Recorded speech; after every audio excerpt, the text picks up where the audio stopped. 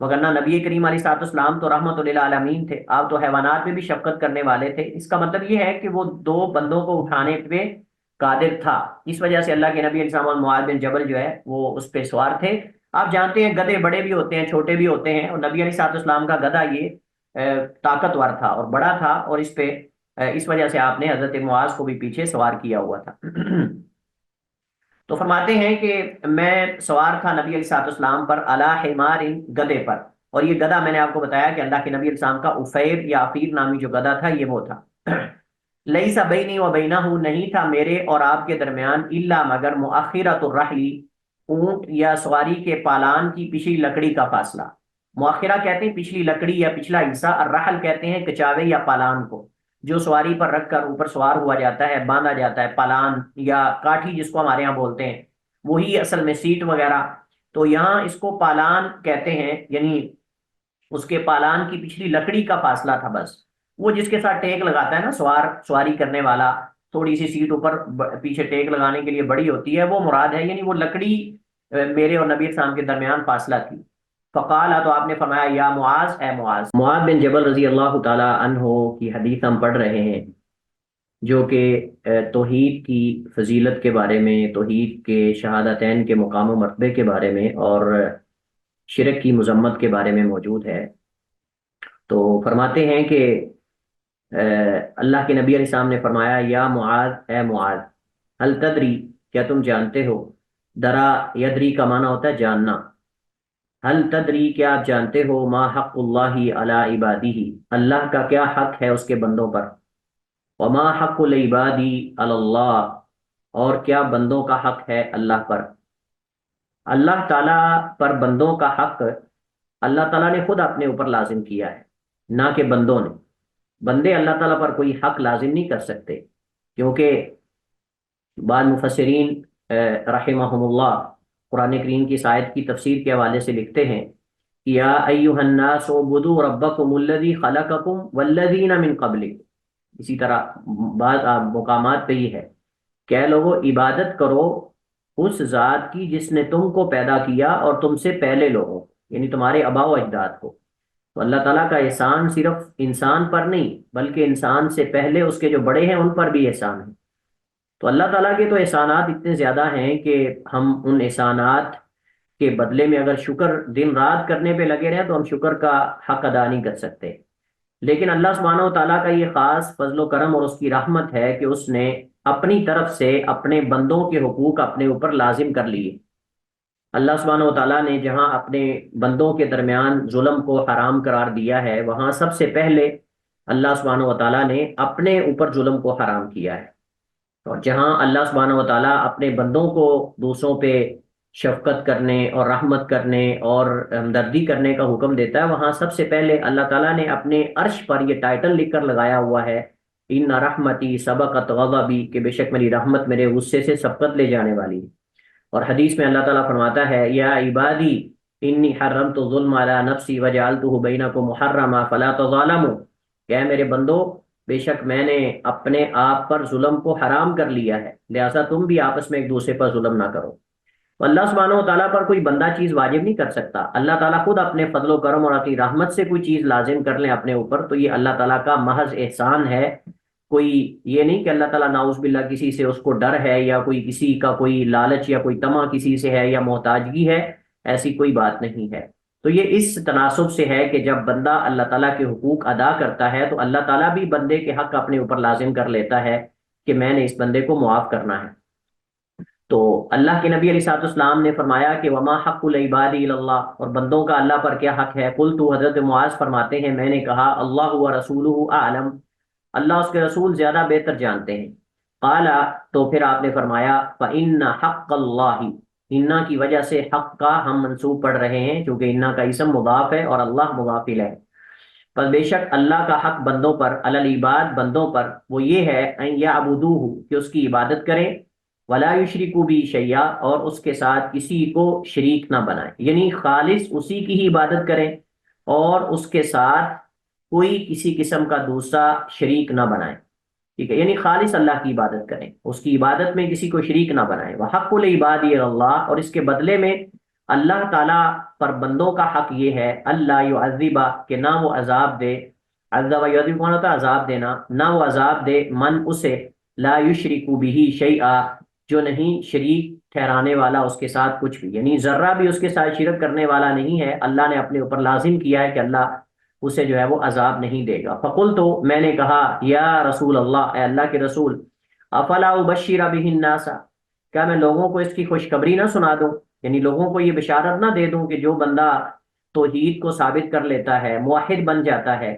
اور اللہ کے ساتھ شرک نہیں کرتا، اللہ تعالیٰ اسے معاف کر دے گا۔ تو قال تو آپ نے فرمایا لا تبشرہم، یہ لا ناہیہ ہے، لا تبشرہم جو کہ اس مضارع کو جزم دے رہا ہے، لا تبشرہم تم اس پہ ان کو خوشخبری نہ دو، یعنی اس چیز کی فیتکلوا تو وہ اس پہ کہیں اعتماد نہ کر لیں، اس پہ کہیں بھروسہ کر کے نہ بیٹھ جائیں، یعنی ٹیک لگا کے اس پہ نہ بیٹھ جائیں۔ مطلب یہ ہے کہ وہ صرف خالی توحید پر اپنی توجہ ساری مبذول کر لیں، توحید کی طرف، اور عمل کرنا چھوڑ دیں اس وجہ سے کہ ہم توحید والے ہیں۔ جیسے آج کل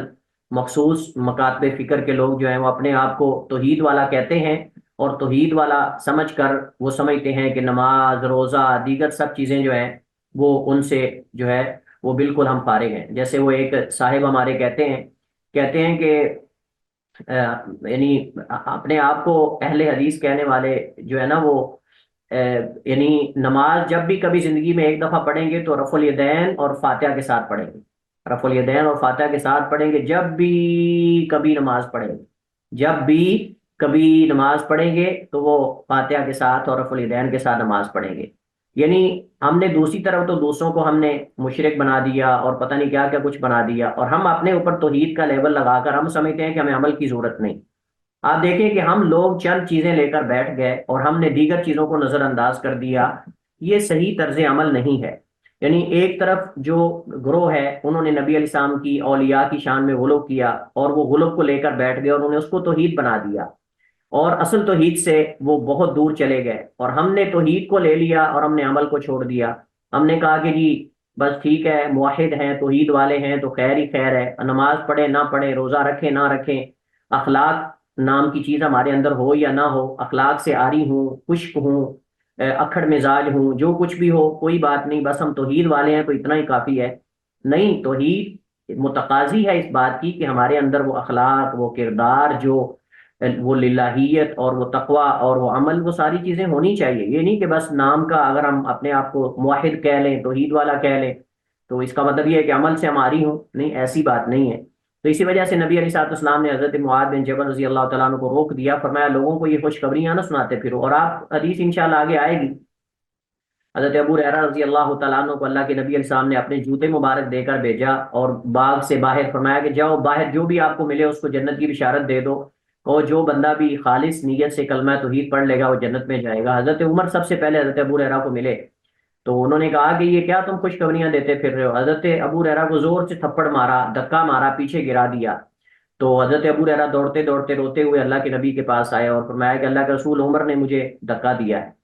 تو حضرت عمر آگے سے آ رہے تھے، تو کہا عمر کیوں ایسا کیا ہے؟ تو عمر فرماتے ہیں اللہ کے رسول لوگ تو اس طرح کلمہ توحید سن کر اور یہ توحید کی فضیلت سن کر لوگ اس پہ اعتماد کر کے بیٹھ جائیں گے اور عمل کرنا چھوڑ دیں گے، چھوڑ دو لوگوں کو عمل کرتے رہیں۔ آپ نے فرمایا ٹھیک ہے عمر، تمہاری بات ٹھیک ہے، چھوڑ دو لوگوں کو عمل کرنے دو۔ مطلب یہ کہ جب ہم جو حالات کی یہ باتیں اس طرح کر کے بیان کریں گے کہ جی بس توحید ہی کافی ہے اور توحید خالص ہونی چاہیے، یہاں مراد یہ نہیں ہے۔ توحید سے مراد مطلب کہ این یعبدوہ، اسی کی عبادت کریں، لیکن عبادت تو ہونی چاہیے نا، یہ تو نہیں کہ بس خالص یہ سمجھ لیں کہ اسی کی عبادت ہونی چاہیے لیکن کریں نا، یہ تو نہیں ہے۔ لیکن حضرت معاذ کہتے ہیں جیسا کہ اگلی حدیث میں آ رہا ہے، حضرت معاذ رضی اللہ تعالیٰ عنہ نے اس کے بعد پھر خبر دے دی تھی، حضرت معاذ نے اس کے بعد لوگوں کو یہ حدیث بیان کر دی تھی اس ڈر سے کہ کہیں کتمان علم نہ ہو یا علم چھپانے کے زمرے میں نہ آئے، اس وجہ سے انہوں نے آخری عمر میں جب دنیا سے رخصت ہونے لگے تو انہوں نے یہ حدیث بیان کر دی تھی۔ اس حدیث کے اندر کلمہ توحید کی فضیلت کا بیان، کلمہ توحید کی عظمت اور فضیلت کا بیان ہے، اور اسی طرح توحید کی فضیلت کا بیان ہے، شرک کی مذمت کا بیان ہے، اور اس سے پتہ چلتا ہے کہ جو توحید والا شخص ہے وہ آگ میں ہمیشہ نہیں رہے گا، جیسے اگلی حدیث میں اس کی وضاحت آ رہی ہے۔ اس میں حضرت معاذ بن جبل کی فضیلت ہے کہ اللہ کے نبی علیہ السلام نے ان کو اپنے پیچھے سواری پر سوار کیا، اور یہ دلالت کرتی ہے چیز تو حضرت معاذ کے فضل اور ان کی فضیلت پر۔ اس حدیث کے اندر اس امت کو یہ بشارت ہے جو اللہ کے نبی علیہ الصلوۃ والسلام نے دی ہے کہ اس امت میں جو بھی شرک نہیں کرے گا اللہ کے ساتھ وہ آگ میں ہمیشہ نہیں رہے گا، اگر آگ میں جائے گا بھی تو اپنی سزا پوری کرنے کے بعد وہ جنت میں چلا جائے گا۔ اس حدیث میں پتہ چلتا ہے کہ سواری پر ایک سے زیادہ لوگ بھی سوار ہو سکتے ہیں چوپائے پر، اگر وہ چوپایا دو بندوں کو اٹھانے کی استطاعت رکھتا ہو اور طاقتور ہو، صحیح تندرست ہو، تو اس پر دو بندے بھی سوار ہو سکتے ہیں، اور یہ ناجائز نہیں ہے بلکہ جائز ہے، جیسے اللہ کے نبی علیہ الصلوۃ والسلام اور معاذ اس گدھے پر جو ہے وہ سوار ہوئے تھے۔ وان انس، یہ تقریباً حدیث وہی ہے کچھ الفاظ کے ساتھ کی کمی بیشی کے ساتھ۔ وان انس، انس بن مالک خادم رسول اللہ صلی اللہ علیہ وسلم، معاذ بن حضرت انس سے روایت ہے، وہ بیان کرتے ہیں کہ بے شک نبی کریم علیہ الصلوۃ والسلام و معاذ اور معاذ بن جبل و معاذ اور معاذ ردیفہ، آپ کے پیچھے سواری پر سوار تھے، علی الرحل، یعنی آپ کے پیچھے تھے کچاوے کے، یعنی سواری پر پیچھے آپ کے کچاوے پر سوار تھے۔ قال، تو آپ نے فرمایا، یا معاذ، اے معاذ۔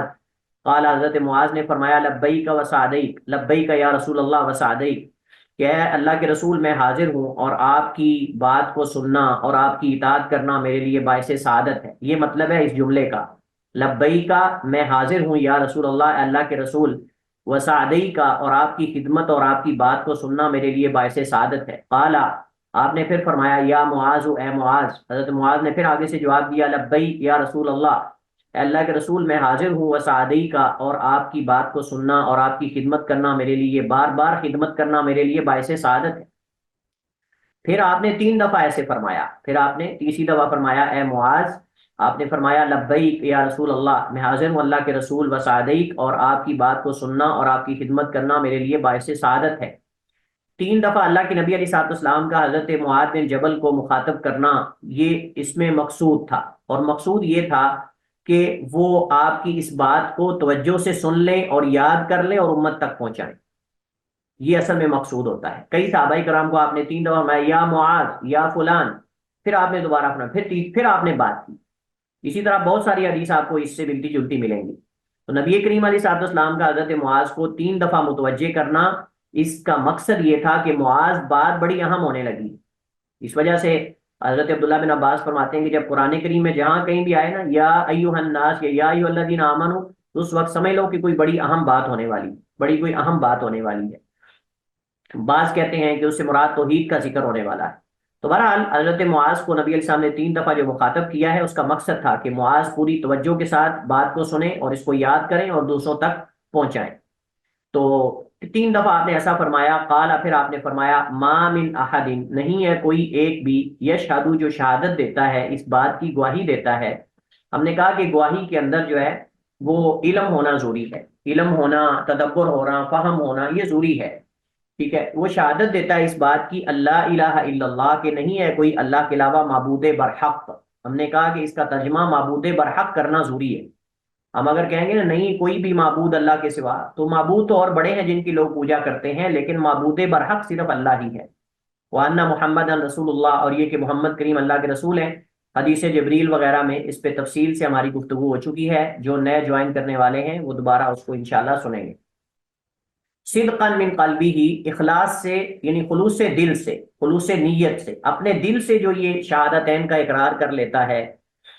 صرف ریاکاری کے لیے نہیں، دکھاوے کے لیے نہیں، تلوار سے بچنے کے لیے نہیں، کوئی طمع اور لالچ کے لیے نہیں، جیسے منافقین کا طرز عمل ہوتا تھا، یا ان اہل فساد اور اہل فتنہ کا جو اسلام میں داخل اس وجہ سے ہوتے تھے تاکہ اسلام میں بگاڑ پیدا کریں، مسلمانوں میں فرقہ واریت پیدا کریں اور اختلاف پیدا کریں اور انتشار پھیلائیں۔ یہ اصل میں ایسا مقصد نہیں ہونا چاہیے۔ الا مگر حرمہ اللہ علی النار، اللہ اسے آگ پہ حرام کر دیتا ہے، اللہ تعالیٰ اسے آگ پہ حرام کر دیتا ہے۔ قال یا رسول اللہ، انہوں نے کہا اللہ کے رسول، افلا اخبر به الناس، کیا میں لوگوں کو اس کی خبر نہ دے دوں؟ فیستبشروا، وہ خوشخبری لے، فیستبشروا کا معنی وہ خوش ہو جائیں یہ سن کر۔ قال، فرمایا، اذن یتکلوا، تو پھر وہ بھروسہ کر لیں گے۔ اذن تو اس وقت وہ، اگر آپ ان کو خوشخبری دے دو گے،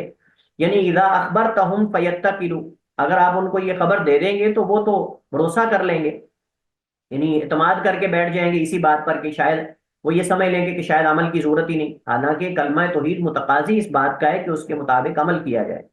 فاخبر بها معاذ، تو اس کے بارے میں خبر دے دی حضرت معاذ نے، عند موتہ، اپنے موت کے وقت، تعصبا،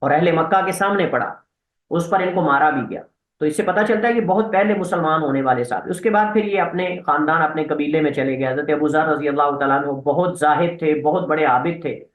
اور دنیا میں بہت زیادہ زہد کرنے والے، سادہ زندگی گزارنے والے تھے۔ اور ان کی وفات جو ہے 32 ہجری کو حضرت عثمان بن عفان رضی اللہ تعالیٰ عنہ کے عہد امارت میں ربضہ نامی مقام پر جو ہے وہ ہوئی۔ ربضہ یا ربدہ، ربضہ زیادہ مناسب ہے، یہ مدینہ کے قریب میں واقع ایک مقام ہے، اس جگہ پر ان کی وفات ہوئی۔ ان سے مروی احادیث کی تعداد 281 ہے، 281، 281 ان سے احادیث مروی ہیں۔ وہ روایت کرتے ہیں، فرماتے ہیں اتیت النبی، میں آیا اللہ کے نبی علیہ الصلوۃ والسلام کے پاس، وعلیہ، اس حال میں کہ آپ پر تھی، ثوب، چادر، ابیض، سفید، سفید رنگ کا کپڑا یا سفید رنگ کی چادر آپ پر تھی، وہو نائم، اور آپ سوئے ہوئے تھے۔ وہو نائم، ہوا مبتدا، نائم خبر ہے،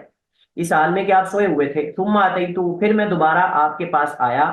یعنی ایک دفعہ چلے گئے اور دوبارہ پھر واپس آئے، پھر میں دوبارہ آیا، وقد استيقظ، اور تحقیق آپ بیدار ہو چکے تھے۔ یہ ادب تھا اللہ کے نبی علیہ الصلوۃ والسلام کے ساتھ صحابی کا، انہوں نے آ کر بیدار نہیں کیا بلکہ آپ صلی اللہ علیہ وسلم کو سوئے ہوئے پایا تو واپس چلے گئے، پھر دوبارہ جب آئے تو فرماتے ہیں وقد استيقظ، اور تحقیق آپ اپنی نیند سے بیدار ہو چکے تھے۔ فقال، تو آپ نے فرمایا، ما من عبد قال لا الہ الا اللہ، جو کوئی بندہ بھی، ما من عبد کا معنی جو کوئی بندہ بھی کہتا ہے لا الہ الا اللہ، لا الہ الا اللہ یعنی کلمہ توحید پڑھتا ہے خلوص دل سے، ثم مات علی ذالک، پھر اس پر وہ مر جاتا ہے، فوت ہو جاتا ہے، الا مگر دخل الجنہ، وہ جنت میں داخل ہوگا۔ یعنی نہیں کوئی بھی بندہ خلوص دل سے کلمہ توحید پڑھتا پھر وہ اس حال میں مر جاتا ہے مگر وہ آگ میں جنت میں داخل ہوگا۔ قل، تو میں نے کہا، وَإِن زَنَا وَإِن سَرَقَ، اللہ کے رسول بڑی تعجب کی بات ہے، یعنی حضرت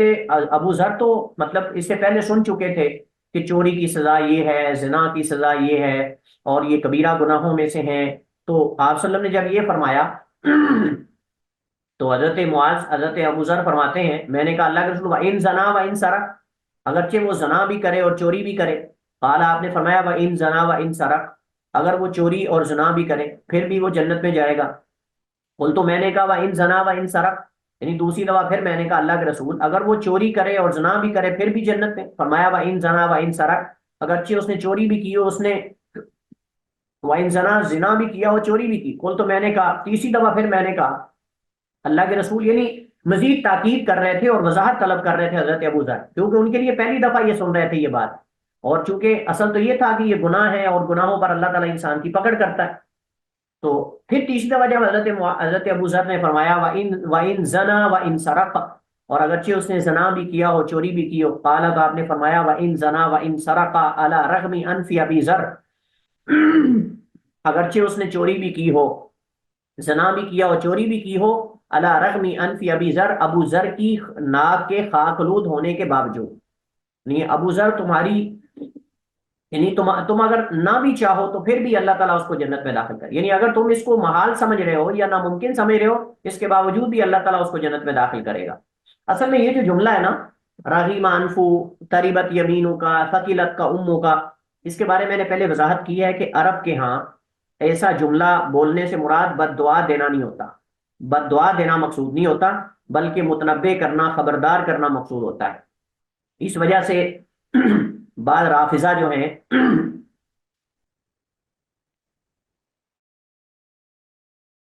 اس وجہ سے بعض رافضہ حضرت معاویہ رضی اللہ تعالیٰ عنہ کے بارے میں جو اللہ کے نبی علیہ الصلوۃ والسلام نے الفاظ کہے تھے، لا شبع اللہ بطنا، کہ اللہ تعالیٰ ان کے پیٹ کو نہ بھرے، تو وہ اس کو مذمت میں لیتے ہیں، حالانکہ محدثین نے اس کو مدح میں اور تعریف میں ذکر کیا ہے، کیونکہ نبی کریم علیہ الصلوۃ والسلام جب کسی کے بارے میں کوئی ایسے الفاظ کہے تو آپ نے اپنی آخری عمر میں آپ نے کہا تھا کہ اللہ، جس کسی کو بھی میں نے مارا ہے یا پیٹا ہے یا میں نے اس کو کوئی ایسے الفاظ کہے ہیں جو نہیں کہنے چاہیے تھے یا مطلب کہ اس کا مستحق نہیں، اللہ اس کو بخشش کا، مغفرت کا ذریعہ بنا دے۔ تو آپ نے کئی صحابہ کو ایسے الفاظ بولے ہیں، ثقلت کا امو کا، رغم انفو کا، تربت یمینوں کا، تمہارے ہاتھ خاک آلود ہو، تمہاری ناک خاک آلود ہو، تمہیں تمہاری ماں گم پائے۔ یہ الفاظ عرب کے ہاں تقیہ کلام اور بطور تنبیہ کے بولے جاتے، اس سے مراد دل سے بد دعا کرنا نہیں، دل سے بد دعا دینا یا اس پر دعا کرنا نہیں، بلکہ متنبع کرنا اور خبردار کرنا ہے۔ یعنی اے معاذ، اگر تم یعنی مطلب کہ تم اگر نہ بھی چاہو تو پھر بھی اللہ تعالیٰ اس کو جنت میں داخل کرے گا. یعنی تمہیں اگر یہ مشکل لگ رہا ہے یا اگر عجیب لگ رہا ہے تو اس کے باوجود بھی اللہ تعالیٰ اس کو جنت میں داخل کرے گا. تو حضرت معاذ نے اس کو اپنا تکیہ کلام بنا لیا. حضرت معاذ یعنی وہ اس کو سمجھتے تھے کہ مجھے یہ بار بار سوال نہیں کرنا چاہیے تھا. وقال ابو ذر رضی اللہ تعالیٰ عنہ اذا حدث بهذا، جب وہ یہ حدیث بیان کرتے تھے تو نبی علیہ السلام سے محبت اور اپنائیت کی وجہ سے وہ پتہ کیا کہتے تھے؟ کہتے تھے وَإِن رَغِمَ أَنْفُ أَبِي ذَرٍ وَإِن رَغِمَ أَنْفُ أَبِي ذَرٍ، اگرچہ ابو ذر کی ناک خاکلود بھی ہو جائے تو پھر بھی وہ داخل ہوگا، یعنی اللہ تعالیٰ اس کو جنت میں داخل کرے گا. تو یہ حدیث جو ہے حضرت ابو ذر رضی اللہ تعالی عنہ کی، یہ بھی پچھلی حدیث کی طرح ہی ہے. تو اس سے پتہ چلتا ہے کہ جو بندہ کبیرہ گناہ کا ارتکاب کرنے والا ہو وہ کافر نہیں ہے، وہ کافر نہیں ہے. اور ہمیں اس کے بارے میں یہ کہنا جیسے خوارج اور معتزلہ کا موقف ہے کہ وہ جہنم میں ہمیشہ ہمیشہ رہے گا، یہ حدیث اس کے رد میں ہے. یہ حدیث کے رد میں ہے کہ کبیرہ گناہ کا ارتکاب کرنے والا جنت میں آخر کار جائے گا، اگر سیدھا نہیں تو کم از کم اپنے گناہوں کی سزا پوری کرنے کے بعد وہ جنت میں جائے گا، بشرطے کہ اہل توحید میں سے ہو، بشرطے کہ اہل توحید میں سے ہو. حضرت ابو ذر رضی اللہ تعالیٰ عنہ کا زنا اور چوری کرنے والے کے بارے میں بھی نبی علیہ السلام کا کہنا کہ وہ جنت میں جائے گا، تعجب کرنے کا مقصود یہ تھا کہ یہ تو کبیرہ گناہوں میں سے اور اکبر الکبائر میں شمار کیے جاتے ہیں، اس کے باوجود بھی جائے گا. یہ اصل میں اس وجہ سے تعجب کر رہے تھے. تو نبی کریم علیہ السلام نے یہاں جو ہے وہ بیان کر دیا کہ جو یعنی اگرچہ وہ زنا کرنے والا اور چوری کرنے والا ہو تو وہ جنت میں جائے گا. اب ہم نے جیسے پہلے کہا یا تو سیدھا جنت میں جائے گا یا پھر یہ ہے کہ اپنے گناہوں کی سزا پوری کرنے کے بعد آخر کار وہ جنت میں جائے گا، یعنی ہمیشہ جہنم میں نہیں رہے گا، یعنی ہمیشہ جہنم میں نہیں رہے گا. اور اس سے پتہ چلتا ہے کہ گناہگار سے مسلمان ہونے کا نام نہیں چھینا جا سکتا. گناہگار پر کافر کا حکم لگانا یا کفر کا حکم لگانا یہ درست عمل نہیں ہے، جیسا کہ یہ حدیث جو ہے اس بات کی دلیل ہے. اس کے بعد ہمارے پاس حضرت عبادہ بن صامت رضی اللہ تعالی عنہ کی روایت ہے. عبادہ بن صامت کا ہم تعارف پیچھے کر چکے ہیں. وہ روایت کرتے ہیں، فرماتے ہیں قال رسول اللہ، نبی علیہ السلام نے فرمایا من شہیدہ، جس نے شہادت دی اس بات کی اللہ الہ الا اللہ کہ اللہ کے علاوہ کوئی معبود برحق نہیں، وحدہ لا شریک لہ، وہ اکیلا اس کے ساتھ کوئی شریک نہیں، وان محمد عبدہ و رسولہ، اور یہ کہ محمد کریم اللہ کے بندے اور رسول ہیں، وان عیسیٰ عبد اللہ، اور یہ کہ عیسیٰ اللہ کے بندے اور اس کے رسول ہیں، وابن امتہ، اور اس کی بندی کے بیٹے ہیں، اور اس کی بندی کے بیٹے ہیں، وکلمتہ، اور اس کا کلمہ ہے، والقاها الی مریم، جسے اللہ نے القا کیا مریم کی طرف، وروح منہ، اور اس کی طرف سے روح ہے. دیکھیے یہاں کلمتہ اس وجہ سے کہا ہے کیونکہ اللہ تعالیٰ نے انہیں کن کہہ کر پیدا کیا، اللہ تعالیٰ نے انہیں کن کہہ کر پیدا کیا. جیسے کہ قرآن کریم میں اللہ تعالیٰ فرماتا ہے کہ ان مثل عیسیٰ عند اللہ کمثل آدم خلقہ من تراب ثم قال له کن فیکون، بے شک عیسیٰ کی مثال جو ہے وہ اللہ تعالیٰ کے ہاں ایسے ہی جیسے آدم کی مثال ہے. خلقہ من تراب، اللہ نے ان کو مٹی سے بنایا، ثم قال، پھر آدم کو کہا کن ہو جا، فیکون، تو وہ ہو گیا. یہ مراد ہے کلمتہ، اللہ کا کلمہ، یعنی اللہ نے کن کہہ کر عیسیٰ کو بنایا ہے. اور اللہ تعالیٰ کے بیٹے نہیں ہیں بلکہ اللہ کی بندی مریم کے بیٹے ہیں جو اللہ کے کلمے سے پیدا ہوئے ہیں. یعنی اللہ نے کہا کن، یہ کلمہ کہا اور وہ پیدا ہو گئے. وروح منہ، اور روح ہے اس کی طرف سے. یہ تشریف کے لیے ہے، یہ اضافت تشریف ہے، یہ اضافت تشریف ہے، یعنی اللہ تعالیٰ کی طرف سے جو روح اللہ نے ان میں پیدا کی اس سے پیدا کیے گئے. یہ روح مخلوق ہے، اللہ کی صفت نہیں ہے، یہ روح مخلوق ہے، اللہ تعالیٰ کی صفت نہیں. اسی طرح کلمہ جو اللہ تعالیٰ نے القا کیا اور اس کلمے سے یعنی مراد یعنی پیدا کردے مخلوق ہیں اللہ تعالیٰ کی، لہٰذا اللہ کا بیٹا نہیں ہے نعوذ باللہ جیسا کہ کہا جاتا ہے. تو اس حدیث کے اندر اس غلطی اور اس شرک کی طرف متنبہ کرنا اور خبردار کرنا مقصود ہے جو نصارہ سے واقع ہوا، اور اس گمراہی سے خبردار کرنا ہے جس میں نصارہ واقع ہوئے. اور وہ کیا تھا؟ وہ یہ تھا کہ عیسیٰ اللہ کے بیٹے ہیں. اللہ تعالیٰ نے قرآن کریم میں ان کا رد کیا ہے. اللہ تعالیٰ فرماتا ہے لقد کفر الذین قالوا ان اللہ ثالث ثلاثہ، تحقیق کفر کیا ان لوگوں نے جنہوں نے کہا کہ اللہ تعالیٰ تینوں میں سے ایک ہے. تحقیق کفر کیا ان لوگوں نے جنہوں نے کہا کہ اللہ تعالیٰ تینوں میں سے ایک ہے. اور ایک بات بتا دوں کہ یہ جو عقیدہ تثلیث ہے یا اقانیم ثلاثہ کا جو عقیدہ ان کے یہاں پایا جاتا ہے، آپ ان کے پادریوں سے الگ الگ کر کے سمجھ لیں، ان کو کہیں کہ ہمیں سمجھائیں ذرا کہ تینوں میں ایک اور ایک میں تین کیسے ہیں، وہ سمجھا نہیں سکے آج تک. ایک متضاد عقیدہ ہے. توحید کا عقیدہ، اللہ تعالیٰ کی وحدانیت کا عقیدہ ایک ایسا عقیدہ ہے کہ جو جامع معنی ہے اور اس میں تعارض اور تضاد نہیں ہے. جبکہ ان کے اس عقیدے کے اندر تضاد ہے، یعنی وہ ایک اس کے اندر جو ہے وہ آپ سمجھ لیں کہ لاہوتی ہے، اور ایک لباس ان کے اندر ناسوتی ہے۔ لاہوتی اور ناسوتی یعنی ان میں سے ایک لاہوتی اور ایک ناسوتی ہے۔ اب یہ ان سے آپ سمجھیں کہ یہ کیسے ہے، تو یہ سمجھا نہیں سکے آج تک وہ۔ تو بہرحال ان کی ان باتوں کے اندر جو ہے وہ تضاد اور تناقض ہے۔ والجنت والنار حق، اور جنت اور آگ حق ہے، یعنی موجود ہے۔ حق کا معنی ثابت اور موجود ہے، اور جیسے اللہ کے رسول نے خبر دی ہے ایسے ہی وہ ہے۔ ادخلہ اللہ الجنہ، جو یہ خلوص نیت سے اس بات کا اقرار کر لیتا ہے اللہ تعالیٰ اسے جنت میں داخل کرے گا، علی ما کان من العمل، باوجود اس عمل کے جس پر وہ تھا، باوجود اس عمل کے جس پر وہ ہو، یعنی اللہ تعالیٰ اس کے باوجود بھی اس کو جنت میں جو ہے وہ داخل کریں گے، یعنی اس کے اعمال اچھے ہوں یا برے ہوں، لیکن اگر وہ کلمہ توحید اور اہل توحید میں سے ہے، کلمہ توحید کا اقرار کرنے والا ہے، تو اللہ تعالیٰ اس بندے کو جو ہے وہ جنت میں داخل کرے گا۔ یہ حدیث جو ہے امام نووی رحمہ اللہ تعالیٰ فرماتے ہیں کہ یہ بہت ہی عظیم حدیث ہے، اور یہ جامع اور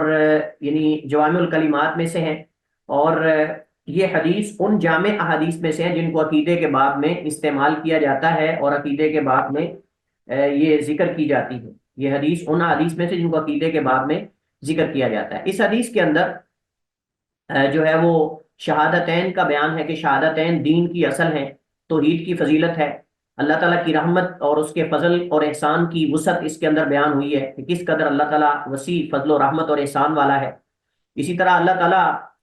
جو ہے وہ یعنی اللہ تعالیٰ جو ہے وہ اپنے بندے کے کوئی بھی خالص نیت سے کیے ہوئے عمل کو ضائع نہیں کرتا۔ اس حدیث میں پتہ چلتا ہے کہ جو نافرمان اہل توحید ہیں وہ آگ میں ہمیشہ نہیں رہیں گے، اگر جائیں گے بھی۔ تو اس حدیث کے اندر جو ہے وہ اللہ تعالیٰ کی صفت کلام کا اس بات ہے، اور وہ کہاں ہے؟ وَكَلِمَتُهُ، وَكَلِمَتُهُ، اس سے اللہ تعالیٰ کی صفت کلام کا اس بات ہوتا ہے۔ اس سے پتہ چلتا ہے کہ شہادتین اس وقت تک فائدہ نہیں دیتی جب تک ان کے تقاضوں پر عمل نہ ہو، ان کے تقاضوں پر عمل نہ ہو، جب تک ان کے تقاضوں پر عمل نہ ہو۔ اس میں عیسیٰ علیہ السلام کے اللہ کا بندہ اور رسول ہونے کی دلیل ہے، اس میں عیسیٰ علیہ السلام کے اللہ کا بندہ اور رسول ہونے کی دلیل ہے، اور اس میں رد ہے نصارہ کے باطل عقیدے اور نظریے پر۔ واللہ تعالی اعلم واحکم، وصلی اللہ وسلم علی نبینا محمد وعلی آلہ وصحبہ وسلم۔